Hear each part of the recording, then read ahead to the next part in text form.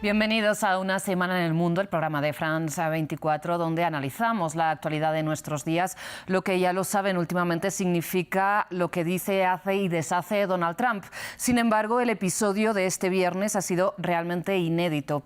Hablamos a continuación de la bronca en el despacho Oval del presidente y vicepresidente estadounidenses contra el presidente ucraniano Volodymyr Zelensky, así como de las implicaciones internacionales que ha tenido este momento. Para el debate contamos con Abel Riu, él es politólogo y presidente del Catalonia Global Institute. También nos acompaña Celia Mendoza, periodista internacional para La Voz de América. Catalina Gómez Ángel la conocen de sobras, corresponsal de guerra en Oriente Medio y enviada especial a Ucrania de France 24 en español. Y aquí en el estudio de France 24 nos acompaña Julián Rubier, él es periodista internacional para varios medios de comunicación. Antes de empezar con esta mesa de análisis, les recuerdo que, si bien ya saben, que pueden repetir este y todos los programas de France 24 en nuestro canal de YouTube, ahora también lo pueden hacer en formato de audio a través de las principales plataformas de streaming, son las que están viendo ahí en su pantalla. Bien, ahora sí les propongo que sin más dilación pongamos la mirada directamente en Washington, que ha sido en las últimas horas escenario de unas imágenes inéditas, históricas. Volodymyr Zelensky ha acabado abandonando la Casa Blanca precipitadamente y con el apoyo estadounidense a su país totalmente en suspense. La reunión prevista para firmar un acuerdo de explotación de tierras raras ucranianas por parte de empresas estadounidenses se ha cancelado después de que Donald Trump y J.D. Vance abroncaran al presidente ucraniano en una escena de máxima tensión retransmitida alrededor del mundo. Veamos un fragmento. Si usted habla sobre la guerra, él no está hablando más duro, él no está hablando más duro, su país está en problema. ¿Puedo responder? No, usted no puede hablar. Su país está en problemas, yo sé. Usted no está ganando esto, yo sé. Usted tiene una posibilidad de salir bien debido a nosotros. Señor presidente, estamos en nuestro país, estamos con fuerza desde el inicio de la guerra. Hemos estado solos y estamos agradecidos, lo he dicho, en este gabinete. Nosotros le dimos a través del presidente $350.000 millones. Le dimos equipos militares y sus hombres son valientes, pero utilizan nuestro equipo militar. Si usted no tuviera nuestro equipo militar, esta guerra se hubiera acabado en 2 semanas, en 3 días. Sí, lo escuché de Putin, en 3 días. Esto en 2 semanas, sí, por supuesto que sí. Va a ser muy difícil hacer negocios así, esto puedo decirles. El problema es que lo he empoderado usted para que sea una persona fuerte. Y no creo que usted sea una persona fuerte. Sí, los Estados Unidos, su pueblo es muy valiente, pero usted o hace un trato o estamos afuera, y si estamos afuera, usted va a luchar. Yo no creo que vaya a ser bonito, pero usted va a terminar luchando. Pero usted no tiene las cartas. Pero una vez firmemos ese acuerdo, usted estará en una mejor posición. Pero usted no está actuando de una manera agradecida, y eso no es algo bueno. Debo ser honesto, eso no es algo bueno, no es algo agradable. Bien, ahí veíamos un fragmento de lo que ha sido esta reunión inesperadamente tensa. Han sido múltiples los análisis sobre quién ha salido mejor o peor parado de este encuentro, si Volodymyr Zelensky se ha enfrentado a Donald Trump, si Donald Trump lo ha humillado. Les pregunto cuál es su lectura, ¿no? Y empiezo, Catalina, contigo desde Kiev. ¿Cómo ha sido recibido este momento? Rosa, estoy en Kramatorsk, donde se siente incluso aún más y es más triste porque obviamente aquí están los soldados y aquí no tienen tiempo ni siquiera para seguir esta discusión política. Aquí realmente hay que estar en el frente de batalla y seguir defendiendo. Pero lo que hemos visto básicamente en los medios ucranianos y en las redes sociales es varias lecturas. Primero, un apoyo incondicional al presidente Zelensky, al menos de la mayoría de la población. Se sentían humillados, sienten que a lo que le hicieron al presidente Zelensky desde un principio, desde que llegó a la Casa Blanca, fue una encerrona, tratar de humillarlo y tratar de una palabra que se ha usado mucho aquí en Ucrania en los últimos días, desde que se presentó ese acuerdo para la explotación de las tierras raras, que era para pagar realmente lo que Estados Unidos había dado a Ucrania, no pensando en el futuro con esas garantías de seguridad. Era una deuda que nadie le había dicho a Ucrania que tenía, porque siempre había sido un apoyo de Estados Unidos durante el presidente Biden. Aquí lo llaman, todo esto es un chantaje y básicamente queda demostrado, de acuerdo con la lectura de la mayoría de los ucranianos en ese video que usted puso, es: si usted hace un negocio con nosotros, usted va a tener la protección y nada le va a pasar, pero si usted no lo hace, obviamente le va a pasar. Pero ¿bajo qué condiciones es ese acuerdo que quiere presentar Estados Unidos y que ya estaba listo? Pero lo que está pidiendo Zelensky, porque es lo que piden también los ucranianos, es esas garantías de seguridad que respalden que Rusia no va a volver a invadir el país y que no va a volver Vladimir Putin a romper todos esos acuerdos que ya ha hecho en el pasado, que no es la primera ni la segunda, ni solamente con Ucrania, sino con muchos otros países de la región. Y eso básicamente porque aquí nadie cree en el país invasor, ni en la palabra de Putin, ni cuando se hacen un acuerdo, por eso necesitan esas garantías de seguridad, y eso es lo que están pidiendo. Y entonces hoy lo que estamos viendo, por lo menos en un sector, obviamente hay críticos, ahí dicen que tuvo que haber alabado a Trump, que haber hecho el juego de Trump, pero ¿a costa de qué? Se preguntan otros ucranianos. ¿De la dignidad de ellos y de la gente que ha muerto en el frente de batalla? Es otra de las preguntas que están en las redes. Pues ahora continuaremos profundizando en este acuerdo, en cuál ha sido realmente el motivo de la disputa de la que estamos hablando. Pero antes, Celia, quisiera saber también cuál es tu lectura desde Washington. Realmente una situación que no había sido nunca vista. Las acciones que se vieron durante esta jornada aquí en la Casa Blanca van a marcar un punto de giro que ya se venía construyendo desde hace algunas semanas, cuando el presidente de los Estados Unidos indicó que había sido Ucrania hasta cierto punto el que había permitido que iniciara esta guerra, y obviamente los rechazos que ha tenido durante las últimas semanas para asegurar que Rusia ha sido el agresor. Y esto se mostró durante la jornada de hoy en la oficina oval, cuando las declaraciones de J.D. Vance hasta cierto punto provocaron la reacción del presidente ucraniano y desde luego eventualmente del presidente de los Estados Unidos. La narrativa desde la Casa Blanca es una de nacionalismo, en la cual aseguran que ha sido irrespetado no solamente el presidente, la oficina oval, pero los Estados Unidos. Y ya hemos visto las reacciones desde el mismo senador republicano Lindsey Graham, que ha sido aliado de Volodymyr Zelensky y quien dijo que para que las cosas puedan avanzar tendría que haber ya sea un cambio por parte del mismo Zelensky en su manera de actuar, o tendría que haber una nueva persona a cargo que pueda venir a negociar con ellos. Pues Celia, ya que señalabas precisamente el rol que ha tenido el vicepresidente J.D. Vance en este encuentro, tenemos también las imágenes de un intercambio entre el vicepresidente estadounidense y el presidente ucraniano, que han sido previas, ¿no?, al momento en que ya ha entrado Donald Trump al trapo. Estoy hablando del tipo de diplomacia que va a terminar la destrucción de su país.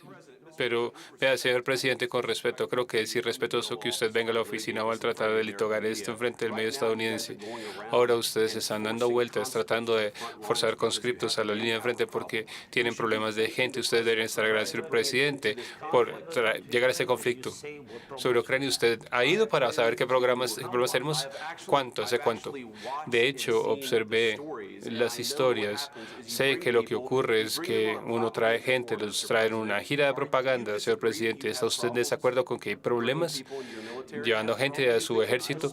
¿Cree usted que es respetuoso venir a la oficina oval de Estados Unidos y atacar a la administración que está intentando impedir la destrucción de su país? Hay muchas preguntas. Empecemos desde el principio. En primer lugar, durante la guerra, todos tienen problemas, incluso ustedes. Pero ustedes tienen un gran océano. No lo sienten ahora, pero lo van a sentir en el futuro. Dios bendiga, Dios bendiga. Usted no sabe eso. Mire, no nos diga qué vamos a sentir. Bien, para terminar primero con esta ronda en que quisiera conocer las impresiones de cada uno, Abel, te pregunto cuál es también tu lectura de este momento. Sí, las imágenes que hemos visto son en efecto históricas y son lamentables. Son un precedente que, bueno, según algunos corresponsales norteamericanos que llevan décadas siguiendo la actualidad política en Estados Unidos, y especialmente por lo que respecta a la agenda de los sucesivos presidentes que ha habido durante los últimos 20 o incluso 30 años, lo que se ha vivido, la agresividad y la forma como se ha tratado a un presidente extranjero, en este caso, tratándose sobre todo de un presidente aliado y también teniendo en cuenta que es el presidente de una nación que está en guerra, que es una nación que está sufriendo una agresión militar por parte de una potencia nuclear como es Rusia, pues efectivamente no hay precedentes. Lo que ha sucedido, insisto, es histórico, marca seguramente un antes y un después, pero los hechos y sobre todo las declaraciones que se habían ido produciendo por parte no solo del presidente Trump, también del vicepresidente Vance, también de otros portavoces o miembros de la administración presidencial norteamericana en relación a Ucrania y en relación sobre todo al presidente ucraniano Zelensky, apuntaban, igual no en esta dirección, pero iban dejando entrever el hecho de que en Estados Unidos la administración actual no ve con buenos ojos al presidente Zelensky. Y es posible que este sea otro de los puntos de acuerdo o de alineamiento que existen con la administración rusa, en este caso sobre todo con el presidente Putin, y que tanto unos como los otros vean la figura de Zelensky como una piedra en el zapato, como un impedimento en este intento, en esta aproximación mutua para normalizar las relaciones. Sí. Es posible que esta escenificación, porque ha tenido un punto de escenificación que se ha vivido hoy en el despacho Oval, vaya también en la dirección de esta estrategia de deslegitimar la figura del presidente Zelensky para intentar generar un estado de opinión favorable a su sustitución por otra figura política, sea la que sea.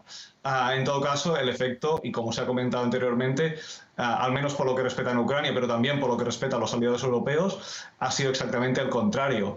La forma como se ha despreciado, la forma como se ha incluso humillado al presidente Zelensky por parte de Trump y de Vance, seguramente lo que ha provocado es un apoyo todavía mayor por parte de la sociedad ucraniana, por lo que este posible escenario de un reemplazo o de un acuerdo interno para reemplazar a Zelensky y colocar a otra persona que pueda ser más del agrado de la administración norteamericana y de la rusa, pues evidentemente se aleja.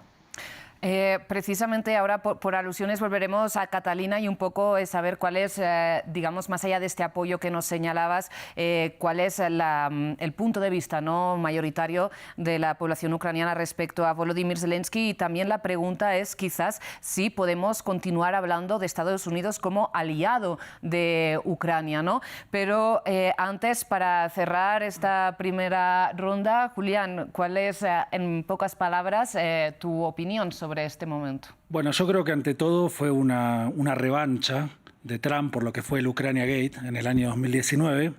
Creo que Trump se había guardado eso y se lo hizo saber. Si vemos tanto esta conferencia como lo que fue la negociación en sí, fue totalmente una humillación para Ucrania. Zelensky no tenía otra que sentarse a negociar con Trump, a pesar de que las condiciones eran totalmente opuestas a lo que él quería. Nunca se le dio una garantía de seguridad para comenzar, y desde ahí ya, como decía el compañero, fue escalando, lo llamó dictador, que no es menos, no es poco, ¿no? Entonces, ya desde ahí se preveía que esto podía terminar así. Zelensky ahora está entre la espada y la pared. Porque precisamente esto que comenta Julián, de que Trump llamó dictador a Volodymyr Zelensky, hizo muchísimo ruido, ¿no?, durante unos días, y sin embargo este jueves, en la previa de la reunión con el primer ministro británico Keir Starmer, un periodista le preguntó a Donald Trump precisamente por ese comentario, y Donald Trump se desdijo, ¿no? Respondió algo así como: yo cuando he dicho esto. No sé si, Celia, la impresión un poco en Washington es que no se sabe por dónde va a salir Donald Trump en el siguiente escenario, ¿no?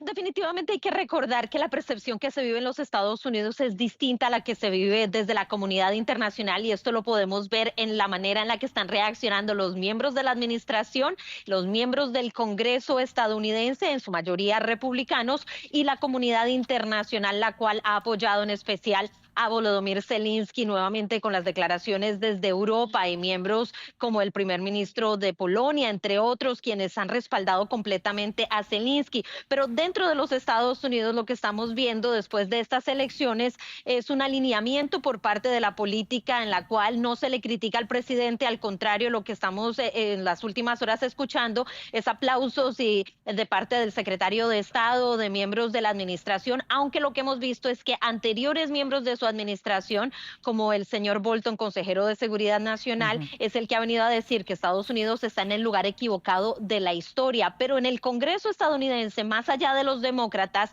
y algunos republicanos, vemos que hay un apoyo a las acciones de Donald Trump, a pesar de que existen cuestionamientos acerca de lo que signifique para el país y de esta cercanía creciente que hay con Rusia. De hecho, durante esta interacción dijo que había hablado con el señor Vladimir Putin en los últimos días, algo que en el pasado se hubiera sabido y habría sido notificada a la prensa, pero esto no sucedió. Nos muestra que también hay un viro entre la manera en la que se comunica y hay transparencia informativa, y desde luego esto se refleja en las acciones que hemos visto. El presidente de los Estados Unidos, debido a la gran elección que tuvo con una mayoría no solo en el colegio electoral, pero en el voto popular, tiene un mandato que le ha permitido, y lo hemos visto, actuar de una manera mucho más agresiva, mucho más firme, y desde luego para algunos miembros de la política estadounidense es cada vez más difícil poder que sus voces se escuchen. Graham es un ejemplo claro que ha apoyado a Ucrania, pero que en este momento en particular se alinea completamente con Trump. Claro, Celia, aprovecho para hacerte otra pregunta, ya que me comentaron al inicio del programa que no podrías acompañarnos durante todo el espacio. Te pregunto si este apoyo que mencionas es incondicional, porque lo que vemos son como giros un poco de rumbo cada día, ¿no? Y sin embargo nos señalas que Donald Trump tiene pues un apoyo de todo el establishment político republicano en este caso.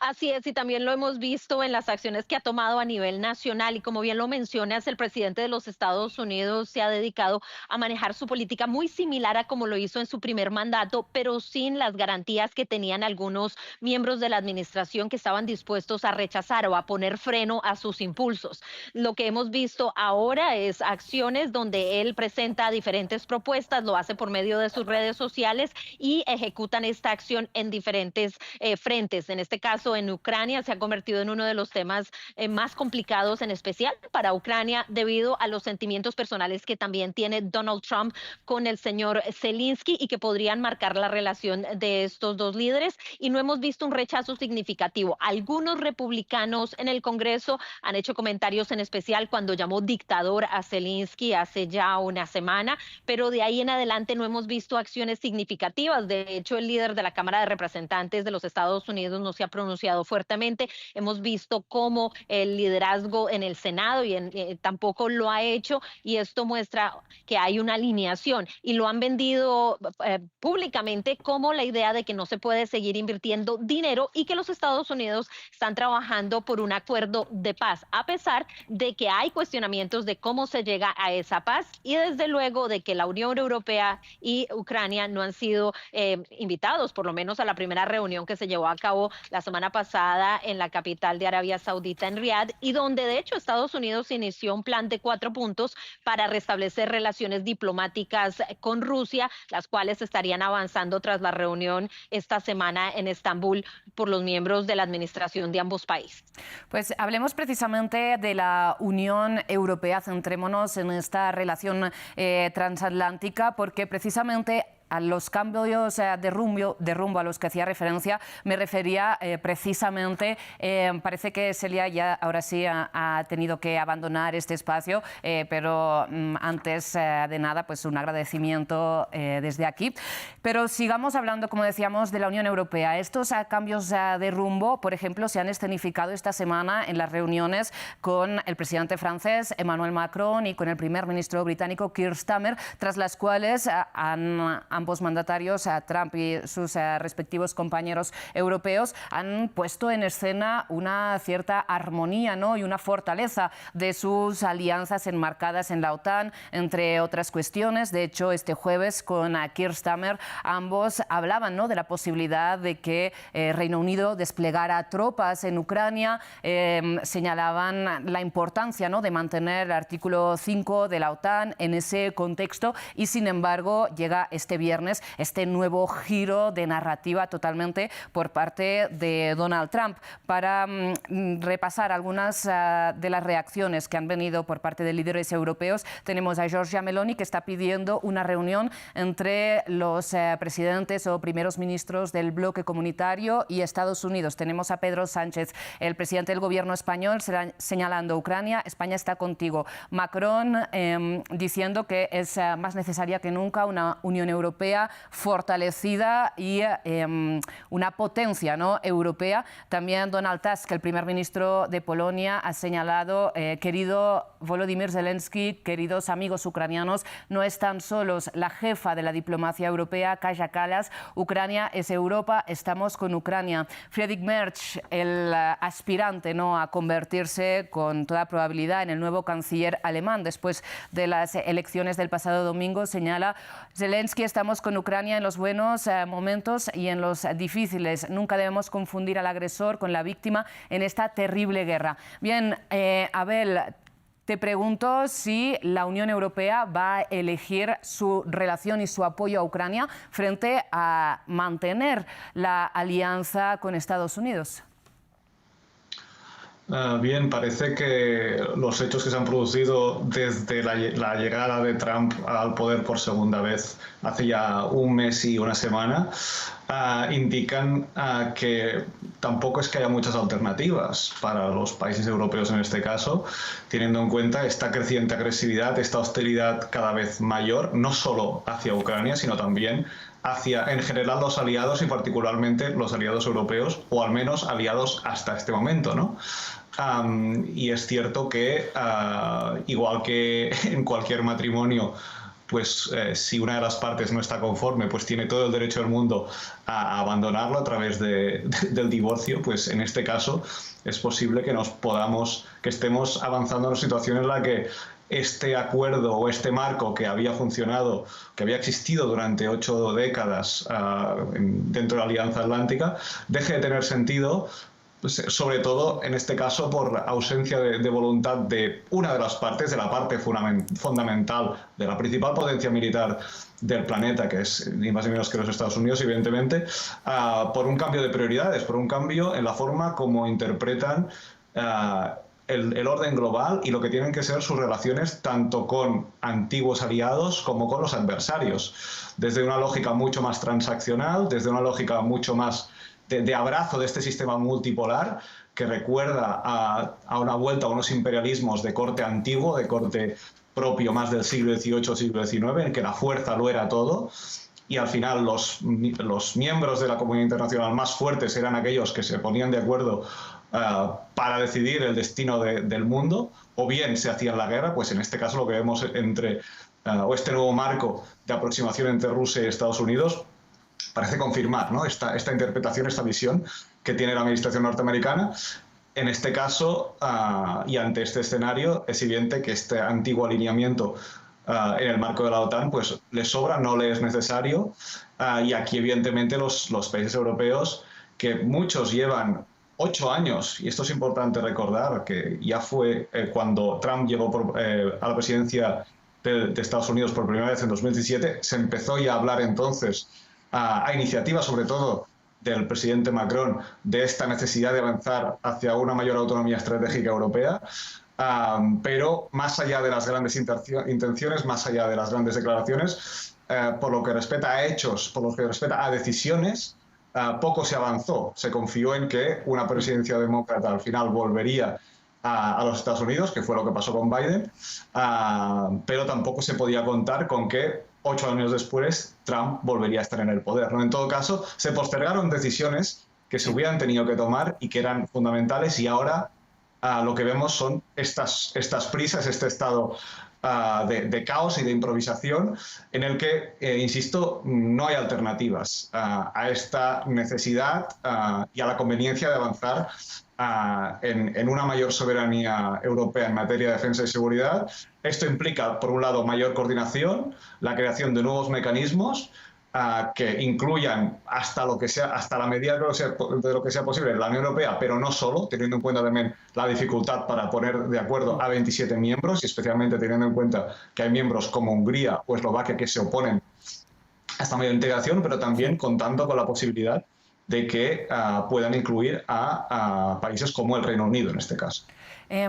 Ignacio Montes de Oca se nos une a la conversación. Él es analista internacional, ya lo conocen probablemente de otros espacios de France 24, así como de este mismo Una Semana en el Mundo. Ignacio, precisamente estamos hablando en estos momentos, nos estaba Abel compartiendo su análisis sobre cómo este cambio de postura de Estados Unidos, este acercamiento a Moscú, lo estamos abordando a raíz, ¿no?, de esta bronca que se ha producido hoy en el despacho Oval entre Donald Trump y Volodymyr Zelensky, está quizá llevando al límite la relación, la alianza transatlántica entre la Unión Europea y Estados Unidos. Estamos hablando un poco de las perspectivas para la OTAN, dado que los líderes del bloque comunitario, así como del Reino Unido, están manteniendo su firme compromiso con Volodymyr Zelensky y con Ucrania. Así lo han ido expresando a lo largo de este viernes, después de estas imágenes que han sido retransmitidas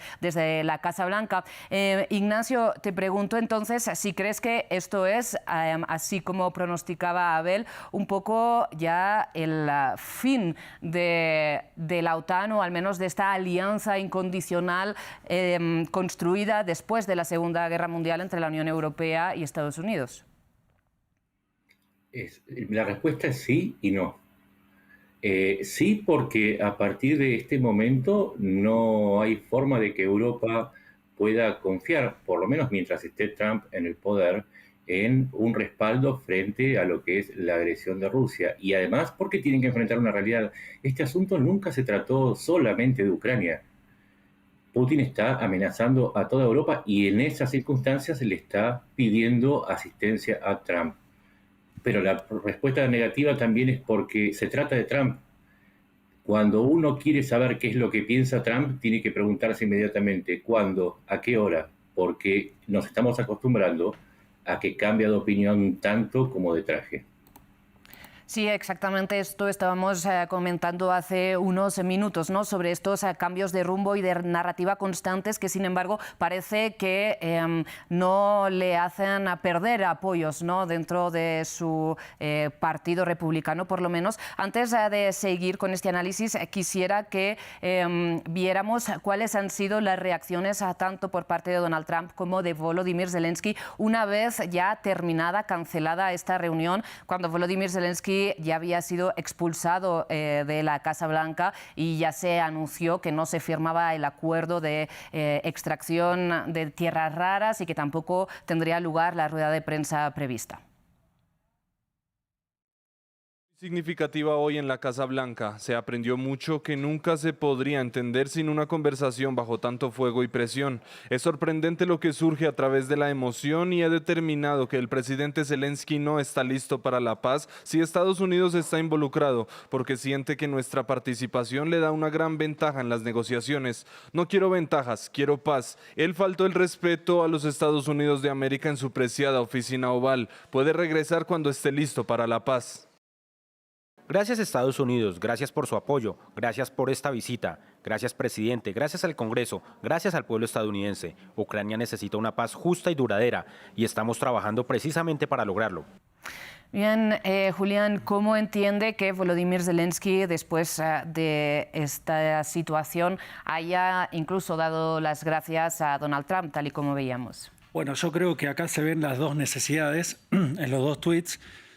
El presidente Trump tomando la postura de alejarse, como decíamos antes, de Zelensky, y Zelensky viendo que está entre la espada y la pared, que no tiene muchas opciones. Zelensky ahora tiene o tratar de renegociar con Estados Unidos con unas condiciones totalmente que no le convienen, que no son buenas para Ucrania, básicamente dando todos los recursos que tiene Ucrania a una parte de ellos, o esperar a lo que venía haciendo antes Estados Unidos, que Estados Unidos y Rusia negocien por Ucrania, que ahí ya no se podría negociar ningún término militar ventajoso, a menos que sea con la Unión Europea, que la Unión Europea todavía sigue expectante de negociar con Zelensky un cierto apoyo militar, ¿no? Que no es el de antes, cuando estaba Joe Biden, pero todavía sigue siendo algo. Ahora, lo que se ve es que Zelensky ya no va a poder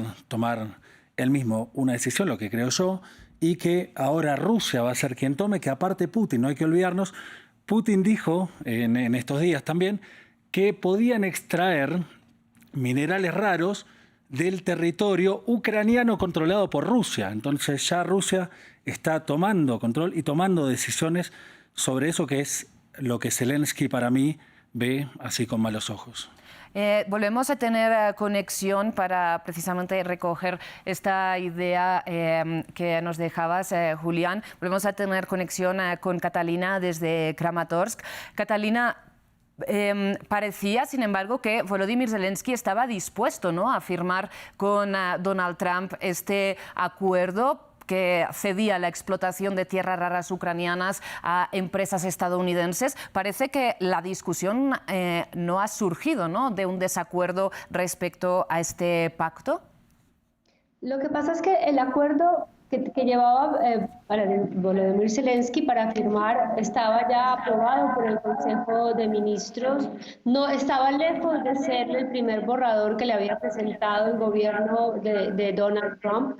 Sin embargo, ellos volvieron a Washington con esta, digamos, exigencia o petición de que este acuerdo no es válido por él mismo, sino tiene unas garantías de seguridad en un futuro, que es lo que ha querido decir Trump. Dice, si tenemos empresas norteamericanas, si tenemos mineros que están cavando y excavando en esas minas, no hay ninguna posibilidad de que entre Rusia. Sin embargo, eso no es ninguna garantía para Ucrania, que quería y volvía y pedía esas garantías de seguridad, que es lo mismo que le preguntaba hoy Trump, pero ¿qué garantías de seguridad? Él siempre ha dicho, o en los últimos días es lo que ha dicho, que esas garantías de seguridad tienen que venir dadas por Europa. Y ahí venía esa propuesta de tener algunos 30.000 hombres que vienen de Europa o también del Reino Unido que se han ofrecido. Sin embargo, siempre se ha dicho que esta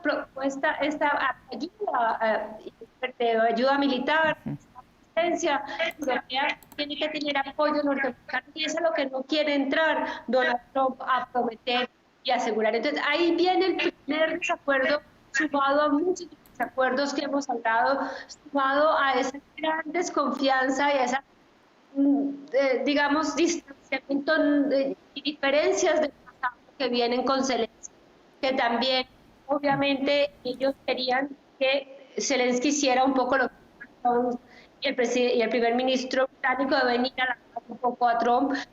No, Zelensky siempre ha dado la cara, sí, muchas veces, y lo que no han querido aceptar es criticado por no dar clases, que no es claro.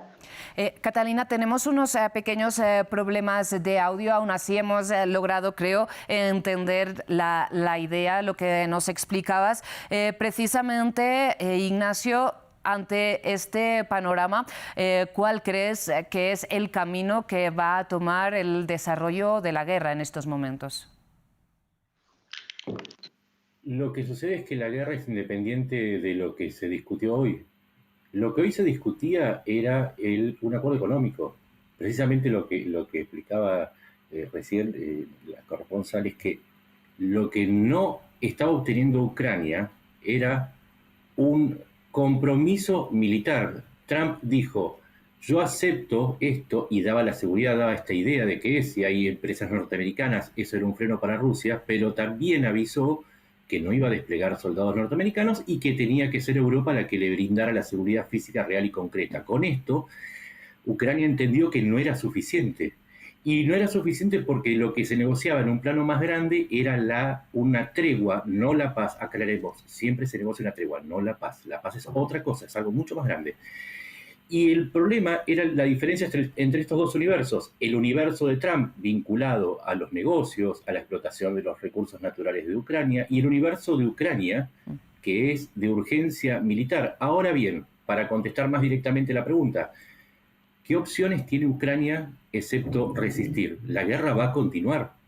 Esto era solamente un acuerdo económico. Ucrania tiene las tropas rusas en su territorio y ahora con Europa y el resto de los aliados tiene que hacer lo imposible, lo que sea necesario, porque esto era nada más que una discusión lateral sobre temas económicos y la guerra sigue y es un asunto mucho más serio y mucho más extenso que lo que hoy se pretendía discutir en Washington. Julián, nos vamos quedando sin tiempo. ¿Estás de acuerdo con lo que señala Ignacio? Sí. Para mí es así, era un acuerdo económico, no se ve un fin, no se ve un horizonte en la guerra, no se ve que se vaya a terminar en el corto plazo. Ahora, lo único que siento es que creo que si Zelensky habría aceptado, ¿no? este acuerdo, por ahí Trump, por sus influencias en Rusia, hubiera podido por lo menos hacer una tregua, como decía acá Ignacio. Catalina, para cerrar, ¿cuál es tu punto de vista, tu perspectiva sobre los acontecimientos que se pueden dar en el corto plazo?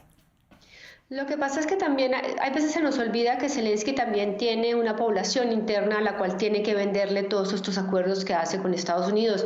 Y realmente la gente en Ucrania ya estaba bastante brava, por lo menos con los primeros borradores de este acuerdo, que recordemos que no miraba al futuro para pagar esa apoyo y esas garantías de seguridad que Estados Unidos le podía respaldar, sino que estaba mirado al pasado, a lo que ya le había dado Estados Unidos, que esto nunca le dijo que era un préstamo, siempre se lo dio como un apoyo. Entonces también hay que tener muy bien en cuenta qué es realmente lo que está pensando el pueblo ucraniano, la indignación que tiene el pueblo ucraniano y cómo le puede vender el presidente Zelensky todo esto.